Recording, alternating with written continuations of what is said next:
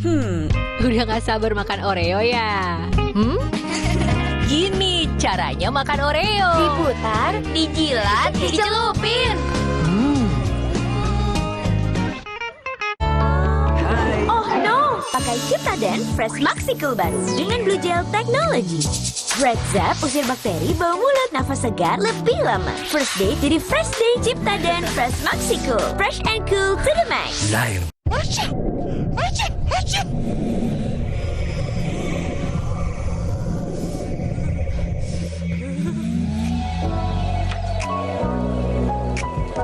Ultra Flu. Flu reda, lega rasanya.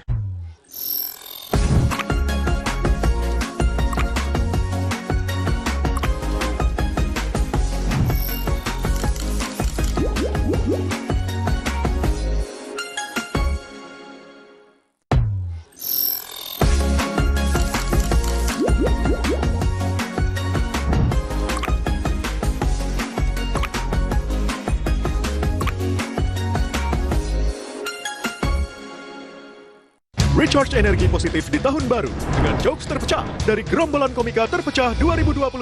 Ge Pamungkas, Ardit Erwanda, Ate, Ali Akbar, Popon Kerok, Rais, Firza Logika, Reno Venadi dalam Suci Rewind. Sabtu 7 Februari di Studio 1 Menara Kompas, Jakarta. Amankan kursi Anda sekarang juga. Dapatkan tiketnya hari ini. Info lengkap lihat di Instagram Suci Kompas TV. Suci Rewind. Best Laugh of the Year. No mercy.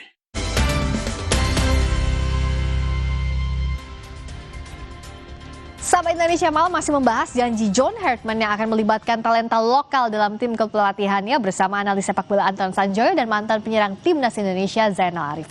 Saya ke Bung Joy lagi. Jadi siapa saja yang berpotensi jadi asisten pelatihnya John Hartman dan sebenarnya standarnya itu apa saja sih yang harus dilirik ya, Bung Joy, kalau bicara soal standarisasi? Kalau kita bicara nama cukup banyak sebetulnya ya yang bisa menjadi kandidat asisten magang lah kira-kira sama John Hartman, karena harus kita akui dia kan punya reputasi yang sangat bagus meskipun namanya tidak terlalu dikenal.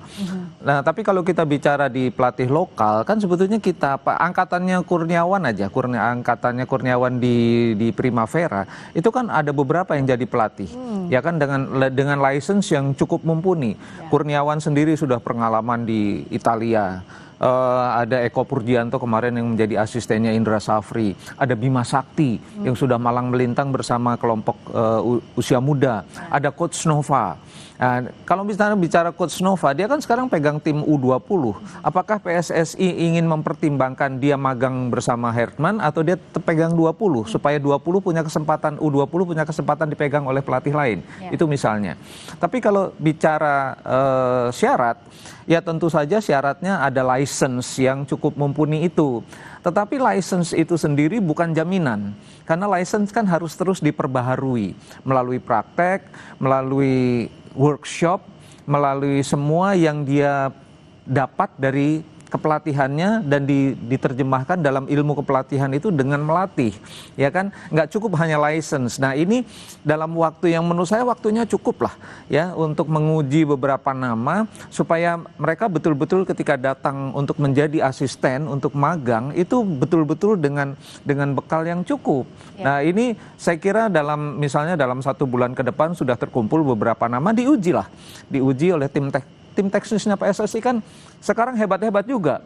Ada orang-orang Belanda itu kan, ada Alexander Zweier, ada Simon Tahamata, ada Jordi Cruyff, sekarang tambah ada John Hartman. Jadi tim pengujinya cukup hebat.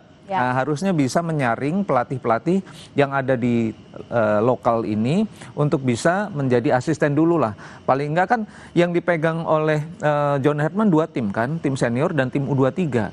Kan artinya opsinya untuk magang ini kan banyak sebetulnya. Karena dia bukan hanya tim pelatih juga, tapi juga ada tim teknis, ada tim kepelatihan yang lain, bukan saja asisten pelatih. Jadi sebetulnya kesempatannya banyak. Nah, bagaimana ini memanfaatkan kesempatan ini dengan strategi yang tepat sehingga 5 tahun ke depan kita bisa punya penggantinya John Hartman.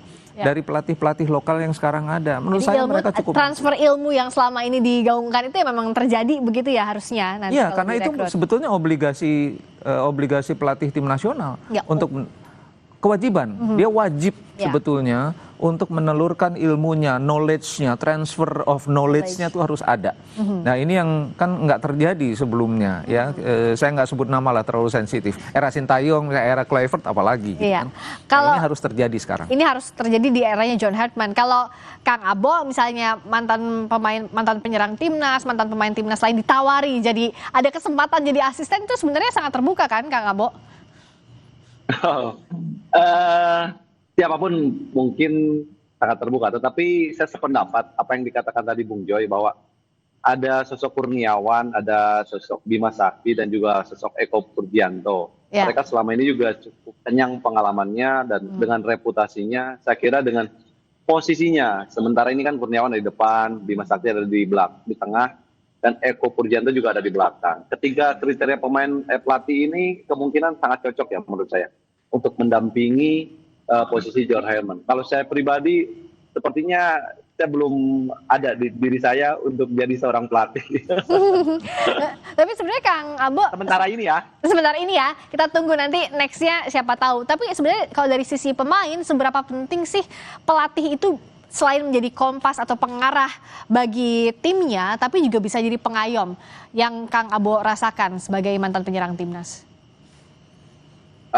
Sebagai pemain ya, kalau mungkin sebagai pemain. Jadi gini ya, saya akan sedikit menambahkan apa yang tadi ditanyakan oleh Rika. Jadi tidak semua mantan pemain itu bisa jadi seorang pelatih juga kan. Jadi itu saya sangat setuju banget. Tapi kalau untuk menganalisa, untuk melihat sesuatu hal yang terjadi di lapangan, kemungkinan secara intuisi tetap masih bisa.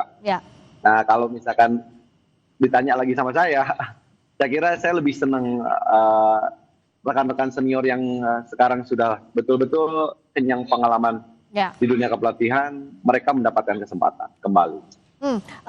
Ini kan penting sekali posisi asisten pelatih. Tadi selain transfer of knowledge, tapi kan tim kepelatihan ini seperti yang tadi saya tanyakan juga ke Kang Abu, ini kan akan penting sekali sebagai kompas, sebagai penunjuk arah bagi timnas, harus punya roadmap seperti. Betul. Itu harus. Ya itu sangat. Gimana? Betul Rizka, itu sangat penting sekali karena sejauh ini mereka yang betul-betul punya pengalaman. Selain pengalaman, mereka juga ngerti banget kultur sepak bola kita, sesuatu hal yang mungkin selama John Hartman belum paham, mereka bisa memberikan input yang sangat baik, dan itulah mungkin pentingnya mantan pemain, mantan praktisi yang selama ini tahu betul apa yang terjadi di lapangan dan tahu betul kultur sepak bola kita. Nah, itu yang betul-betul sangat penting menurut saya. Nah, yang juga Pak Sumarji waktu itu bilang bahwa John Hartman bakal nonton langsung juga ke lapangan. Seberapa penting sih Bung Joy untuk ini? Ya, dia memantau langsung ke lapangan itu sebetulnya juga bagian dari pekerjaan besarnya untuk melihat seberapa dalam sources pemain Indonesia yang kita punya, yang dipunyai oleh Indonesia, sehingga dia bisa tahu, oh saya bisa ambil beberapa pemain untuk posisi A, B, C, D, gitu loh. Karena di lapangan itu karakter pemain itu kelihatan, ya. Ada yang karakternya fighter, ada yang karakternya nggak mau kalah dan segala macam. Mannernya juga kelihatan. Kalau di latihan kadang-kadang nggak kelihatan. Oleh sebab itu kalau pelatih di negara-negara yang lain itu dia muter, memang muter dia. Lihat pertandingan mulai dari mungkin kalau di Inggris misalnya divisi Championship sampai ke Liga Primer, dia lihat semua karena semua selalu ada potensi. Nah dia juga harus muter. Liga Super kan berputarnya salah satu kompetisi dengan perputaran yang bagus. Jadi kalau dia tahu jadwalnya, dia ingin melihat pertandingan kemana-mana, dia tinggal muter. Kalau memang itu adalah kewajiban dia dan itu penting sekali. Jangan seperti pelatih yang sudah-sudah gitu loh. Ya jangan mengulang apa yang sudah. Itulah. Dia harus betul-betul memantau, mencatat. Membuat program. Kalau dia lihat pemain satu ini bagus nih, dia pantau terus dalam beberapa pertandingan, dia pantau, dia bikin catatan, sehingga dia catatan itu adalah bekal ketika si pemain itu aku lihat kamu lebihnya ini, kamu kurangnya ini, saya punya program buat kamu. Karena program itu disesuaikan dengan filosofi permainan dia. Saya butuh kamu untuk posisi ini, kamu lebihnya ini, kurangnya ini. Satu persatu diajak ngomong, ditrain betul-betul dengan komunikasi yang baik. Saya rasa dia pengalaman di Kanada kan begitu juga. Dengan Alphonso Davies misalnya.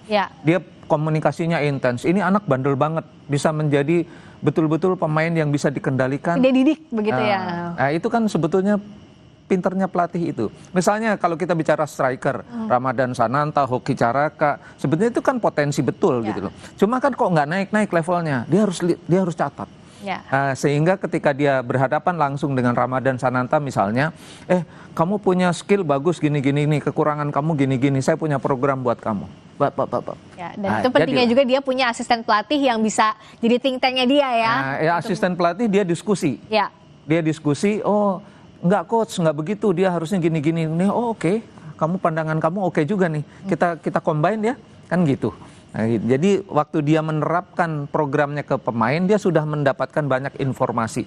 Semakin banyak informasi, semakin bagus. Dan itu yang menurut saya yang sekarang dia udah jalankan. Kalau dia udah ada di sini, dia udah mulai sebetulnya untuk bekerja. Siapakah yang akan menjadi partner? Kita akan lihat pencarian John Hartman untuk melengkapi skuadnya di Timnas Garuda. Terima kasih Bung Joy atas waktunya. Terima kasih juga Kang Abo, Kang Zainal Arif sudah sama-sama Priska. Sahabat Indonesia Malam. Sampai ketemu lagi. Berikutnya saudara, kami kembali dengan informasi lainnya. Cuaca buruk, salju tebal melanda kawasan semenanjung Kamchatka di timur jauh Rusia. Sejumlah mobil warga terkubur salju. Informasinya usai jeda di Sapa Indonesia Malam.